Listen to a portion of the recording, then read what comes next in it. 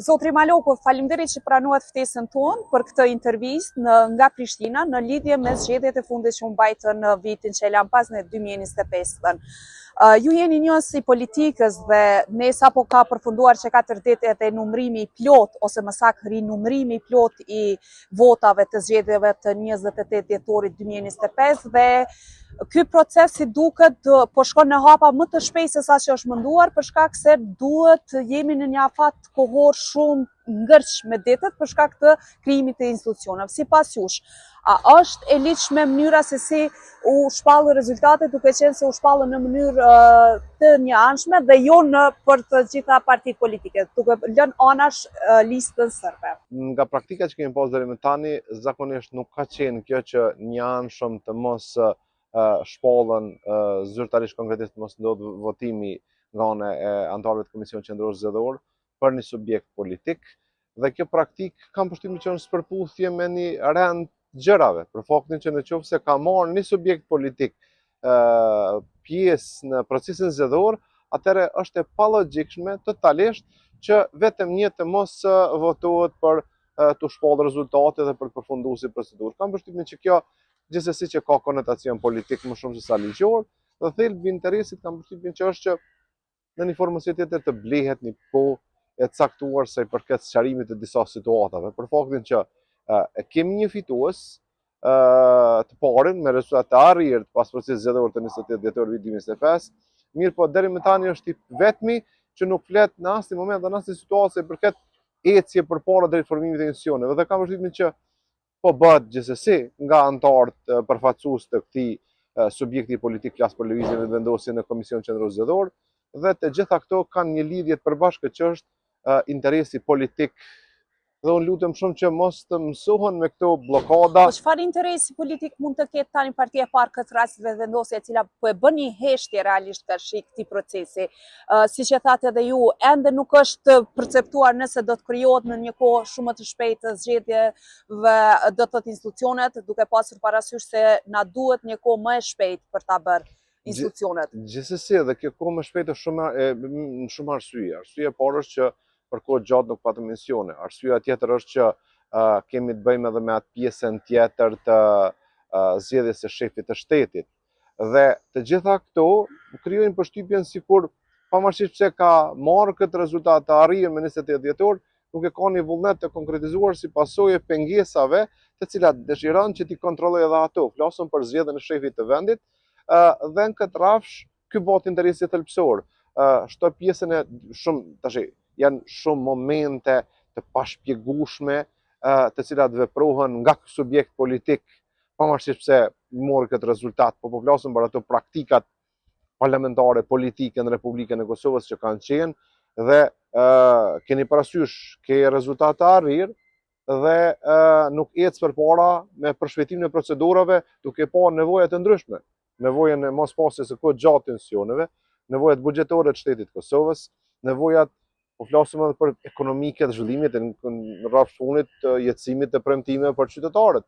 Kemi stagnacion ekonomik dhe angazhime tjera ndërkombëtare që për Republikën e Kosovës, qofshin ato të cilat ndërkombëtarët po na i thonë në çdo moment, edhe që janë obligim në sens fundit për Republikën e Kosovës, flas për pajtimin e ndodhur në Bruksel dhe aneksin e Ohër, pra janë një mori gjëra që do duhet të merrni një kohje. Mirë po sikur ende nuk ka një maturim politik, pavarësisht pse me rezultat të arrirë ka një heshtje të fuqishme, të pakuptim, mos interesim për të krijuar raport bashkëpunues me subjekte të tjera, duke ditur që ka është e nevojshme të ketë edhe votën e subjekteve të tjera politike, dhe ajo që më kryesore që në Republikën e Kosovës do duhej me të kalu viti 2021, ku pat një yrysh si pasojë e peshës së votës, të votohej gjithçka në kuvend, kontroll dhe pa kontroll, pra një dominancë e votës klasikisht pa e respektuar dhe rendin kushtetues dhe ligjor. Dhe më pastaj duke gjetur arsye se jo kemi probleme se gjykata kushtetuese po na i kthen ligjet ose ngjashme. Pra nuk është të bëjmë me çështjen e gjykatës kushtetuese, kështë të bëjmë me paditurinë e bërjes së ligjeve dhe keqpërdorimin e fuqisë së votës. Ju e cekët që duhet një bashkëpunim me partitë të tjera opozitare që janë rendit në bazë zgjedhjeve të fundit, por sipas jush kjo neglizhencë ose kjo heshtje e vetëvendosjes a është pasojë sepse po minimizon rëndësinë e partive të tjera opozitare për të mos i ftuar tashmë në pushtet, siç ndodhi edhe bllokada e vitit që lëm pas e që realisht sjelli ngecje ekonomike dhe një paknaci të qytetarëve karshi kësaj. Ne kemi parë Lidhjen Demokratike të Kosovës e cila ka bërë ndoshta ndryshimin më të madh në vota. Nga shkurti në dhjetor kemi një rënje të kësaj partie. A do të jetë kjo parti që do i bashkohet si shenjë reflektimi sipas jush apo do të jetë ajo vetëvendosja e cila do e piketojë cilën parti do e zgjedhë?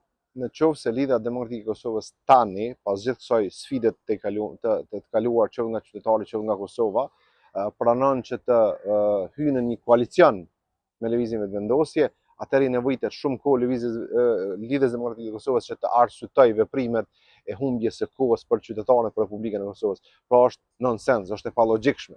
Pra nuk mund të konsiderohet reflektim kur ke pas mundësi të reflektosh në kohën kur ke pas fuqi. I nevojitet minimalisht shumë kohë për të arsyetuar veprimin, nëse veç ka ngel në Republikën e Kosovës diçka që duhet të arsyetohet. Flasëm edhe për këtë moment ku Lidhja Demokratike e Kosovës nuk e ka as më të voglën arsye që t'i bashkohet me një koalicion lëvizjes vetëvendosje. Tani, përderisa ka pas mundësi që shumë më kohë më përpara, qoftë këtë koalicion, qoftë këtë marrëveshje. Ka vepruar si ka vepruar në rregull, por në gjykimin tim nuk ka vepruar keq. Mirë po, ka pas një problem. Po dhe jo nuk ka ditë dalloj mirëfilli. Përndryshe, nuk ka mund gjykim pse ata nuk kanë dashur që të jenë pjesë e një partneriteti me lëvizjen vetëvendosje. Lëvizja vetëvendosje e ka të drejtën që si subjekt me rezultatin më të arrirë të bëj ofertë. Pra, po paralelisht kësaj ofertës të kalkuloj edhe diçka që është shumë e rëndësishme. Nevojat e Kosovës. Dy subjekte politike të fuqishme në rendin politik në Republikën e Kosovës e kanë peshën e vet për faktin e nevojave që i ka, qoftë në aspektin e brendshëm, qoftë në aspektin e jashtëm. Në qoftë se prap provohet të kalkulohet që krijohet përshtypja si ku lëvizja vetëvendosje pa marrë rezultatet e arrirë, në terren rezultatin po e merr të votës, mirë po në terren që i bie asaj që është e rëndësishme në funksionim të shtetit, po çalon fuqishëm.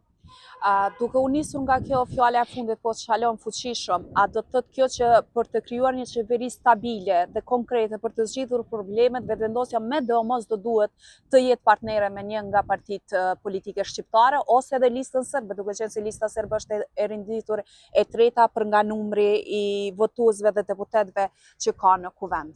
Lista serbe për lëvizjen vetëvendosje është një mundësi e mirë e shfrytëzimit për konotacione politike në vend. Por a mund ta ndryshoj mendjen tani? Bashkëpunimi mes tyre mund të jetë vetëm këtë formën e armiqësisë. Pra nuk është bashkëpunim partneritetit mirëfill. Dhe në këtë rrafsh unë konsideroj që lëvizja vetëvendosje do duhet ta kishte për partner një subjekt politik shqiptar. Nuk mundet një qeveri e cila ka për obligim të jetësoj pajtimin e ndodhur në Bruksel dhe në Ohër që të varet nga vullneti i subjekteve nga partitë subjekte politike të minoriteteve në Republikën e Kosovës. Pra do duhet që të kishte një subjekt politik shqiptar me një fuqi të caktuar dhe me një vijë historike. Dhe në vijë historike në kuptimin e asaj që ka qenë pjesë përbërëse e ndryshimeve dhe shtetbërjes së Republikës së Kosovës.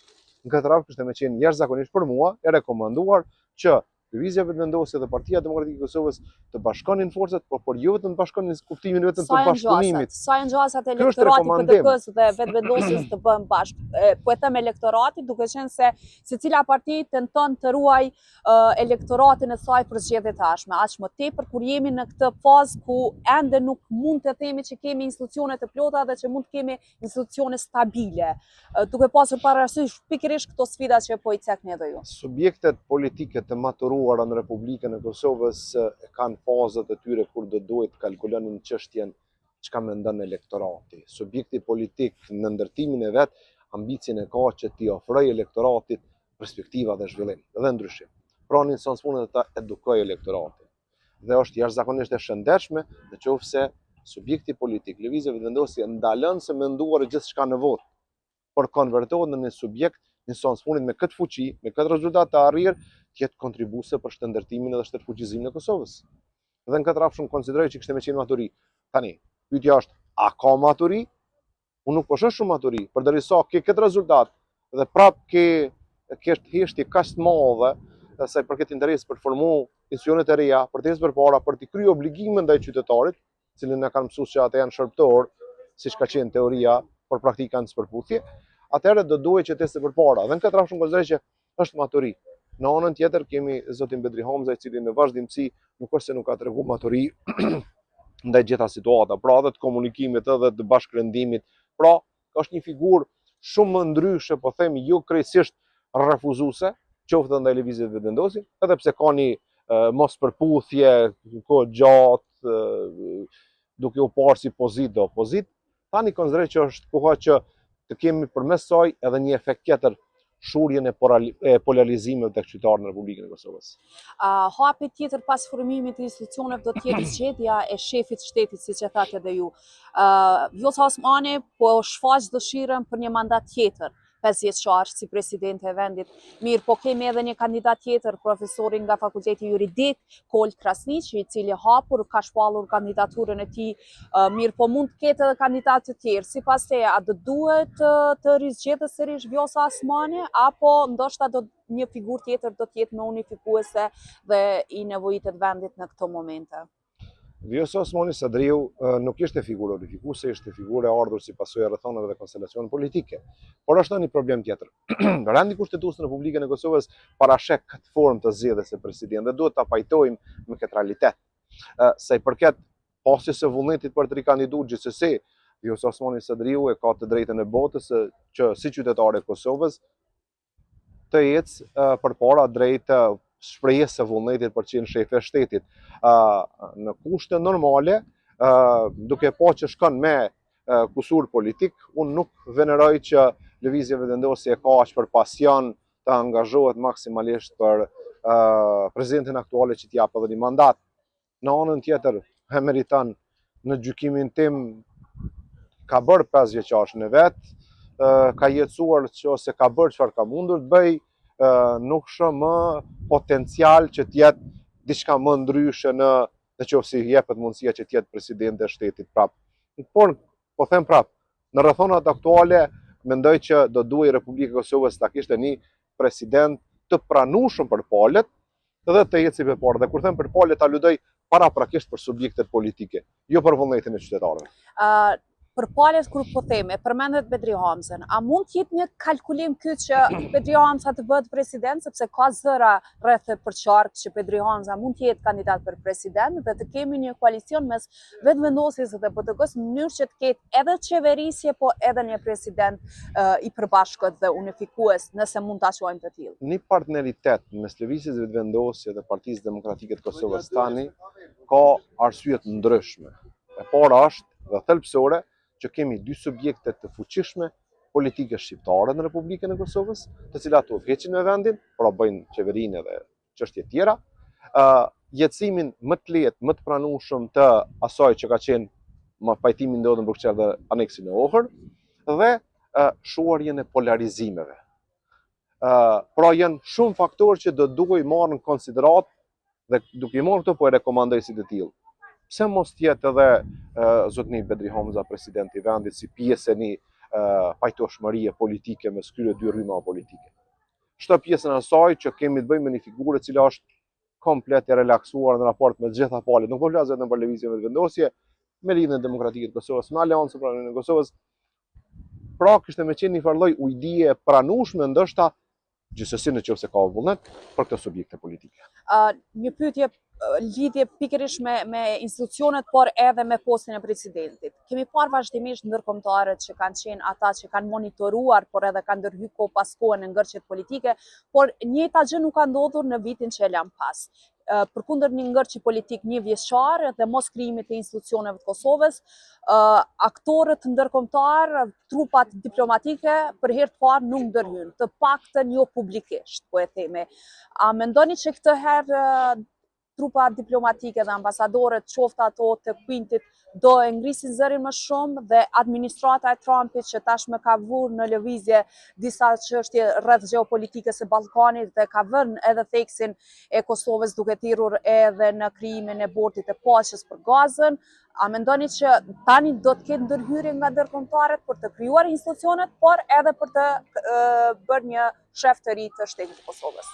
Unë kam qenë jashtëzakonisht kritik i madh i ndërkombëtarokracisë në Republikën e Kosovës, por ndërkombëtarokracia ka lejuar demokracia vendore.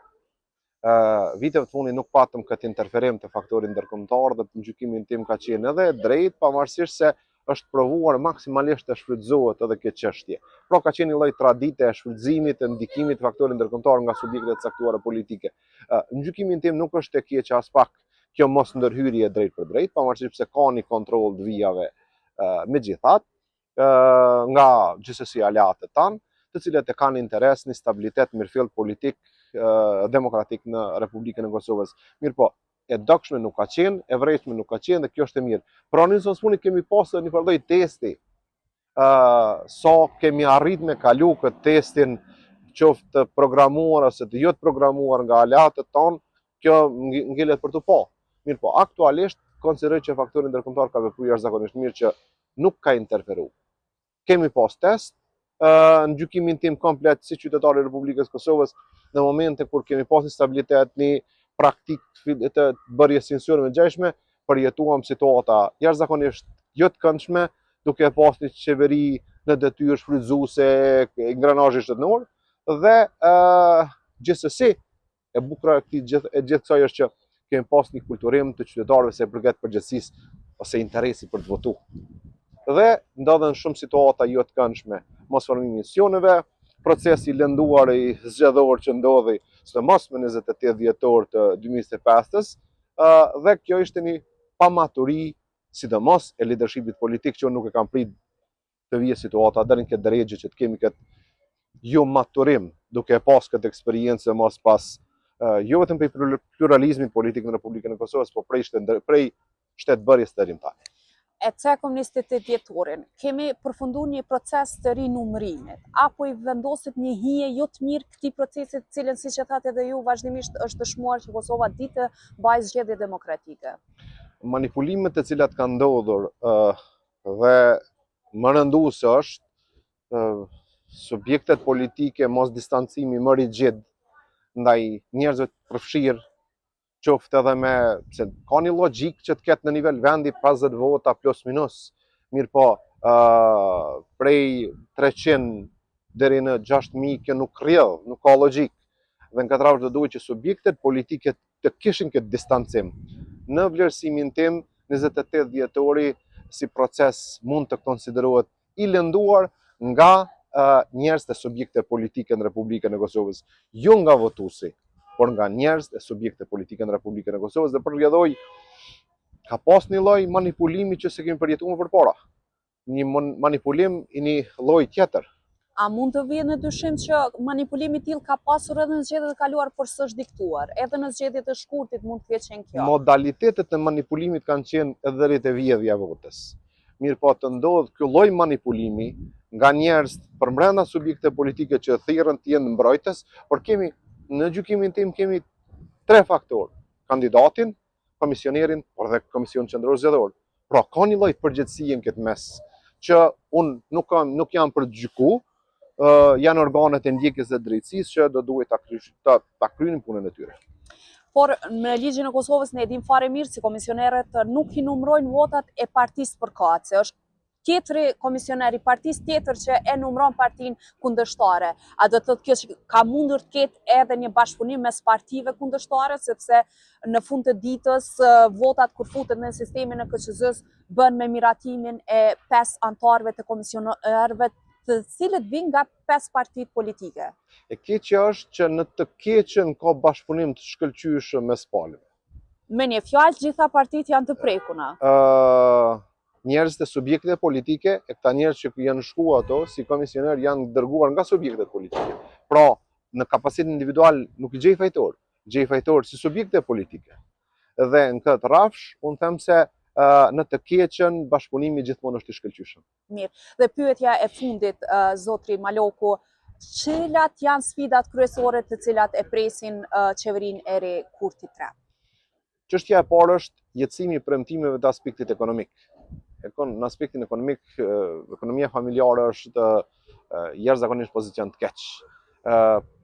Shtrëngtimet të cilat janë, si më thon, paralajmëruar edhe këto e rëndojnë shumë. Kjo është më kryesori, hapja një perspektive ekonomike për qytetarin e vendit. Lufta ndaj nepotizmit politik dhe familjar kam shpresuar që do të bëhet, nuk e bë, sidomos pas vitit 2021, nuk është se kam shpresë të madhe, përkundërzi kam frikë se mund të ketë një shtim të nepotizmit politik dhe familjar. Na mos flasim për sektor të veçantë, të cilat e prekin qytetarin edhe republikën, dhe kryesori është në aspektin ndërkombëtar jetësimi i pajtimit të ndodhur në Bruksel dhe Nohër. Faleminderit shumë.